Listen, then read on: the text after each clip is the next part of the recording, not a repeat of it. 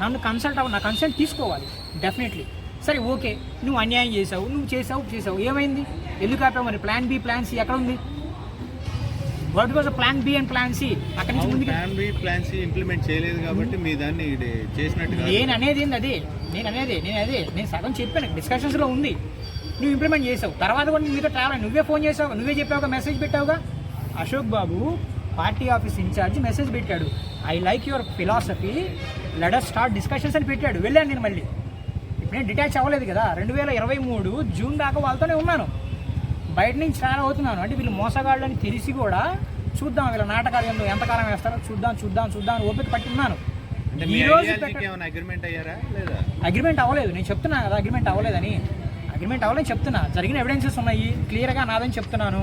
లేదు పాయింట్ మీది కాదు వేరే వాళ్ళు చెప్పారు అంటే వాళ్ళు బయటికి రావచ్చు, వాళ్ళు ఎవరో క్వశ్చన్స్ బయట కూర్చుందాం, ప్రజల్లో తీర్చుకుందాం అంటే తేల్చుకుందాం. లేదు కోర్టులో అంటే కోర్టులో I'll fight it out. Chandrababu Naidu గారు సీఎం అయినా అవ్వకపోయినా I'll fight it out. It is a process. న్యాయం జరుగుతుందా తర్వాత సంగతి, ప్రజలకు కూడా తెలియాలి కదా.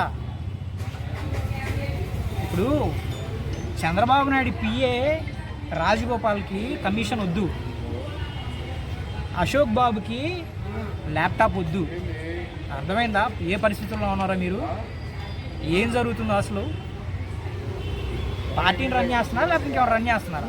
ఇంకా గవర్నమెంట్లో ఉన్నామని ఊహించుకుంటున్నారా? లంచాలు తీసుకుంటారు. Will fight it out definitely అండి. ఎందుకంటే ఇది ప్రజలకు తెలియాలి. నా కోసం కాదు, అమరావతిని వదిలేసామని చెప్పాడు మొన్న. నేను తణుకులో కలిస్తే చంద్రబాబుకి అమరావతి గురించి పట్టించుకోవడం మేము వదిలేసామన్నారు. అంటే మీ ఇష్టమేనా? వాళ్ళ దగ్గర భూములు తీసుకునేది మీరే, వదిలేసేది మీరే. అంటే మీరు ఎస్ అంటే ఎస్ అనాలి, నో అంటే నో అనాలి. రాష్ట్ర ప్రజలందరూ మీరేం చెప్పారు? సూటిగా 2 నిమిషాలు మాట్లాడండి. మీరేం డైరెక్ట్గా చెప్పండి.